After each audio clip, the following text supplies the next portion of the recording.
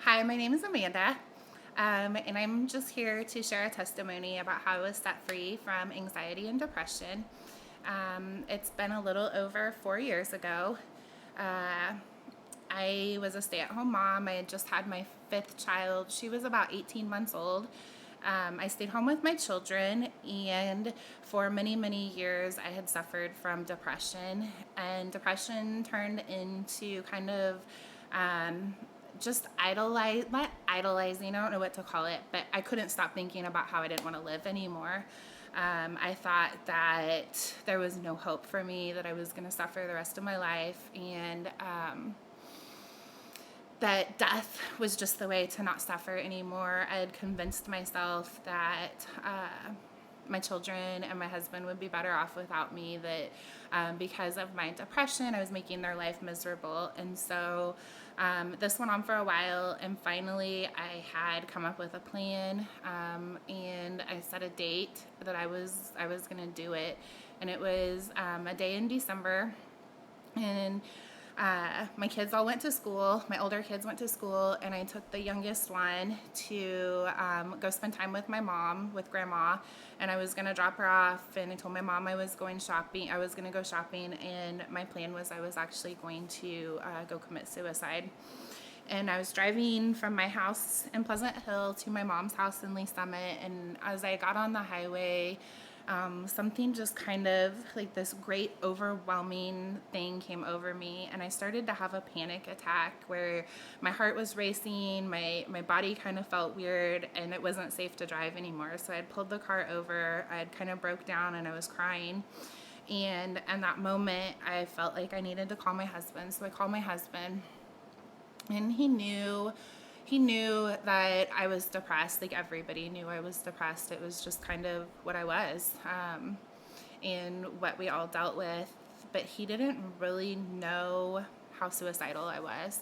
And so I had told him that I needed help. I was sitting there in the parking lot with my kid in the back seat, and I just told him, like, I just need help. And he'd convinced me on the phone that day that if I could just wait, that he was going to take me to something he had seen that promised to help people with depression, anxiety, and suicidal thoughts. And it was actually in our town that exact night in Pleasant Hill. And it was an event. It was called Peace. And it was a couple of local churches had got together and decided that this was a need for our community, and so they put together this event. My husband and I had no idea that it was churches that put it together, and we had no idea what to expect. Just that they had promised, relief from depression, anxiety, and suicidal thoughts. And so I went ahead. I did take the baby to my mom's, but instead of going someplace, I stayed with my mom that day. My husband got home. His plan was actually not to take me to this event. His plan was that he was going to take me to the hospital and have me admitted, because I was a danger to myself.